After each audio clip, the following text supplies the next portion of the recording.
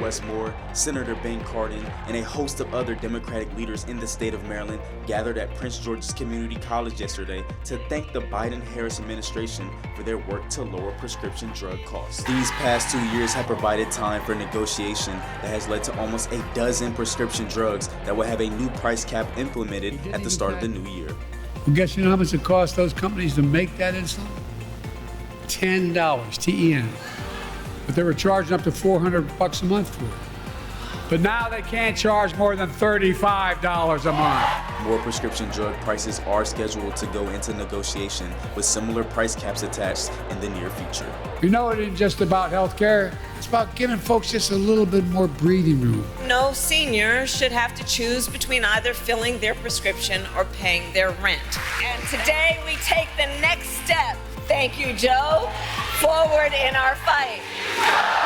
The sights and sounds of fans, players, and big plays are back at Ravens training camp. And as Todd Monken's second year as offensive coordinator gears up, there's been a lot of focus on the development of last year's MVP, Lamar Jackson. Well, you would hope it's only going to get better, and it has. You know, we've had a great offseason, not only individually, but systematically, and he's been great. When looking at the field, it's hard to miss that the Ravens added the biggest running back in the league this offseason. But what you might have missed is that there's two former Maryland Terrapins who got their first preseason action this past weekend. And just like playing in the game was like a surreal feeling because you dream about it as a kid growing up. Like, oh my God, the NFL. And like playing in the NFL was just like, damn, I'm here. It's like it was a blessing. Getting out there for the first time, it was just a great experience to play against this type of talent. And I mean, I just was trying to make plays, you feel me? Bullock and Brady are both Maryland natives who grew up watching and rooting for the Ravens every single Sunday. And now they get to wear their favorite team's logo on the biggest stage. It's an exciting time for Nationals fans as opening day for the 2023 to 2024 season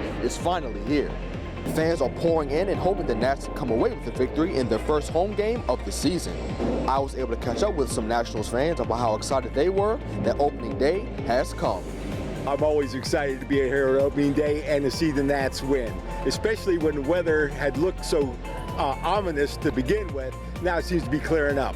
Hopefully the bats will be clearing up for the Nats too. Sports averages of 26 points, 12 rebounds, 2 blocks, and 2 steals propelled the Lions to a 25-2 record, and the team also made their second straight appearance in the state championship game.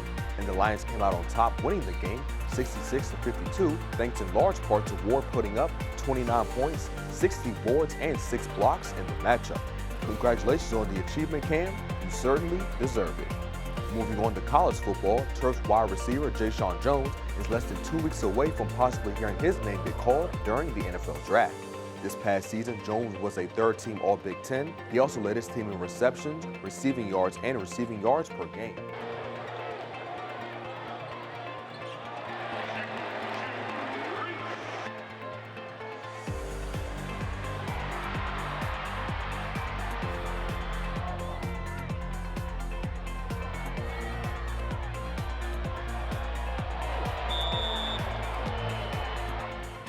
Year in and year out, it's a lot to get excited about. 500 kids come out here.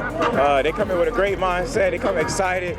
I'm just happy to be a part of something special and something I can bring back to the crib, back to my school, you know what I'm saying? A lot to be proud of around here, so trying to bring some love and get that next generation ready to go. This was the chance of a lifetime for so many of these aspiring athletes. Being able to meet and learn from a Pro Bowl receiver isn't something that happens every day. And the kids who attended the camp were pumped up about the opportunity. It feels good, you know, being near an NFL player and you get to see like how he acts and how humble he is, and you can see all these people really trying to see other people like giving the effort.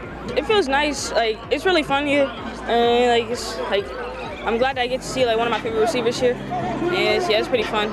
It's been good. Like we've been doing a lot of training, we've having good times and having fun.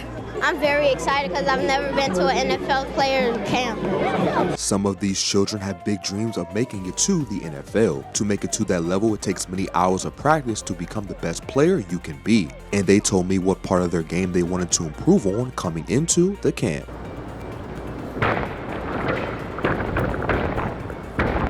At just 11 years old, Shaylin Howard is already a gymnastics star. She's been flipping and tumbling since she was just 3. And her passion for the sport is as strong as ever. It just started off like when I was in my house, and I would just like set up my little bouncy toy like close to the couch, and I like go down the hallway and jump on and do like a vault onto it, like vault onto the couch. For more than 10 years, Denizens Brewery has been producing and serving their own beer. But thanks to tariffs imposed by the president on countries that produce things like this can, prices could be bubbling over. One of the #1 ways to kill a business is to create chaos and uncertainty. Denizens Brewery produces and distributes hundreds of thousands of cans of beer every year. Beer's always been one of those commodities, honestly, that has been affordable for everyday people, right? But that could all change very soon, with 25% tariffs on imported aluminum and 20% tariffs on other things like vital ingredients, all going into effect this week. Small businesses like Denizens can't purchase at the level of large corporations, so they can't drive costs down. Businesses like these will be the most affected. Who are we? This was the scene this morning in Dundalk with workers on the picket line and passers-by expressing their support. Some 45,000 port workers walked off their jobs at midnight. The work stoppages affecting ports up and down the East Coast and the Gulf of Mexico.